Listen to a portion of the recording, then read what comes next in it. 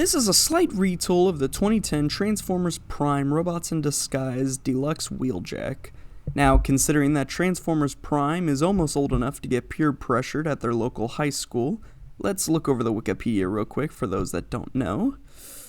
Here we go. Season 1 opens with Cliffjumper getting his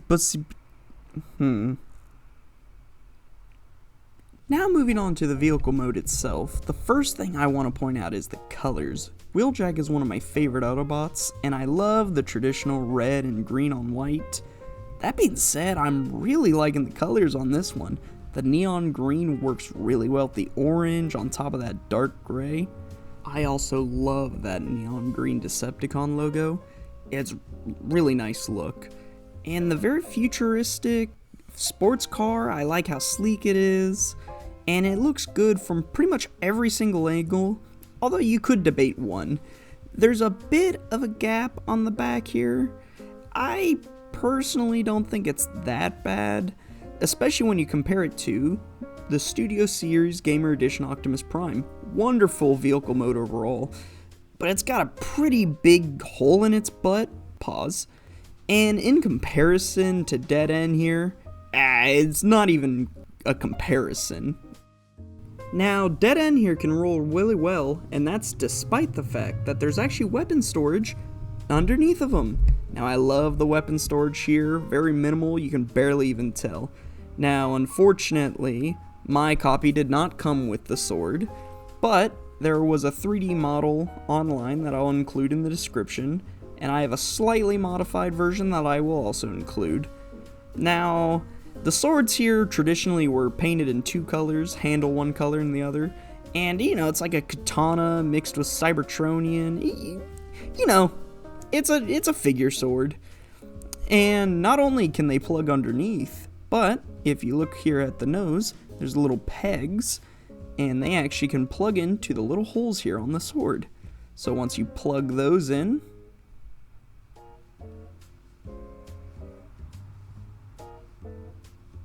you get a weird little, I don't even know, it almost looks like tusks, and it's really goofy, but I'm not gonna lie, it's actually kind of grown on me. I kind of like how stupid it looks. It works. But if you don't like that or underneath, you can also plug them on the rear fenders back here. I think this is probably the worst way to display it personally, more for the robot mode, but if you don't like that, you can flip the swords over, like so, and I think it looks a little bit better. Almost looks like tail lights, when they're going real fast, but I still think the first two ways are the best ways to store it, but each their own. Now for size comparison, first we have the Studio Series 86 Bumblebee, then we have the War for Cybertron Siege Red Alert, and lastly, we have the 03 Gamer Edition Optimus Prime. Now on to the transformation. First thing you're going to want to do is remove the swords from the bottom if you haven't already. From there, we're going to pop out the side of the door. And you're going to want to be careful because this clear plastic here is actually connected with each other. From there, we're going to grab the rear fender and swivel it gently to disconnect it. Repeat this process on the other side. From here, we're going to want to grab the forearm and gently pull it down, and that's on a swivel, so turn it around, plug the forearm back in, bring out the hand, and from here there's two swivels that when you bring them out, it actually shows the arm. Repeat the process on the other arm.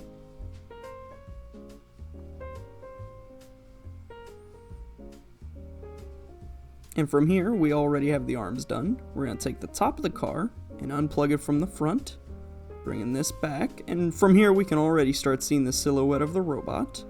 Plug in the back to the hips, and then we're going to take these two halves of the nose of the car, disconnect them, and this yellow piece here is actually a separate piece. If I can get a good look at it, I can't really see it. There's a little metal pin there. There it is. And you can actually swivel it around that metal pin. And there's a little gap right there. And there's a peg on the nose of the car. We're going to want to plug that into that space. And if we look back here, there's actually a little metal pin and a gap. We'll use this gap and pin to actually bring up the nose of the car, then fold it over to the side, and then we'll bring the foot up. And that's actually my favorite part of this whole transformation. We're going to repeat this. Flip over the little yellow side, click it in, bring up the nose of the car, fold it, bring up the foot, and extend the little knee spike. From here, we're going to bring up the shoulders on these metal pins.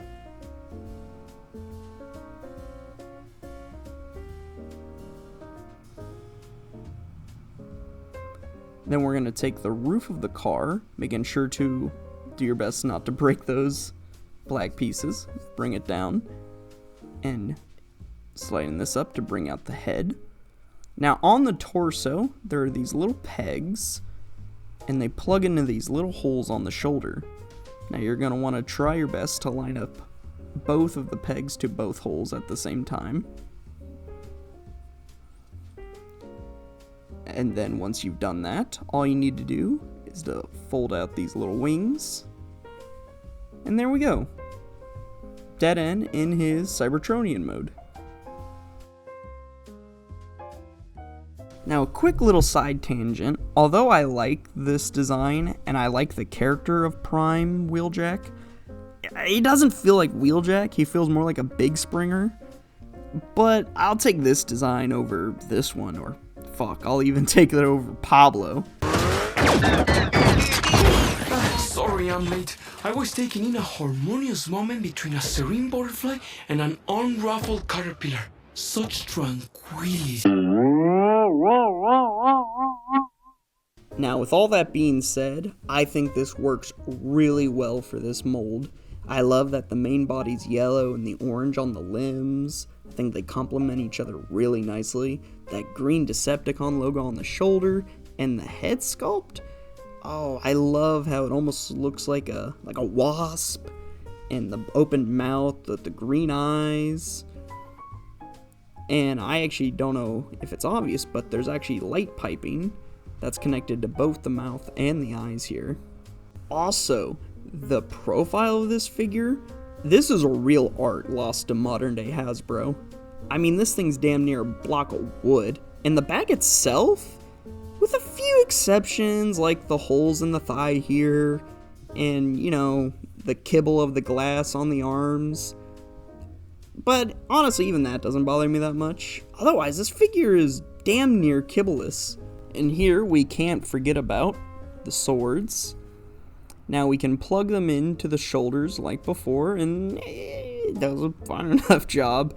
But obviously, we're going to want to put them into places where you can use them. So from here, we just slide them into his hands here, and he has a pretty fairly decent grip. And you can also put them in rear gripped as long as you slide them the other way. And again, fairly strong connection. And I think he looks really, really well with those neon green swords. Now moving on to posability, his head is on a very limited ball joint. That's about all you're going to get that way. Same with the other. So extremely limited. However, he can look straight up. And can he also look fairly decently low. And he's got next to no head pivot, so that sucks. On his shoulder, we have a swivel on the shoulder itself. Then another swivel on the arm, and inside that swivel, there's actually a ball joint. So you can get it out fairly high out. You know, you can try and rearrange it, but you're not going to get much. But you can come in fairly close for the transformation. Then on the arm itself, we actually have two swivels. We have one on the wheel, so you can get it out fairly decently. And then we have another on the elbow itself. Can come in just under 40 degrees, and you can actually bend it fairly decently back. Then on the hand itself, there's actually a little ball joint, as well as a little swivel there. Again, two separate joints, so fairly decent hand posability. Unfortunately, nothing on the waist. Then he can extend his leg about that far out. And he can bring his leg almost further out. And we get a thigh swivel. Then we get a knee. Which, you know, it's alright. There's actually this little spike here that can go with the knee. Unfortunately, it doesn't follow it. So, whatever. However, on the foot, this is one of my favorite parts, actually. So the foot can fully extend. It can go out so far. And it can go side to side decently well. That being said, for an early Hasbro figure, it actually has an ankle pivot. So you can get him standing straight up, as well get him into a half decent spread.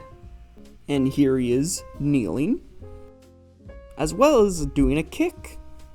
Now as for size comparison, once again we have the Studio Series 86 Bumblebee, the War for Cybertron Siege Red Alert, and the Studio Series 03 Gamer Edition Optimus Prime.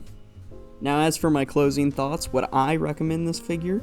It really depends on the price you get it. I've seen it range anywhere from $15 without the swords all the way up to like $40, $50 with the swords.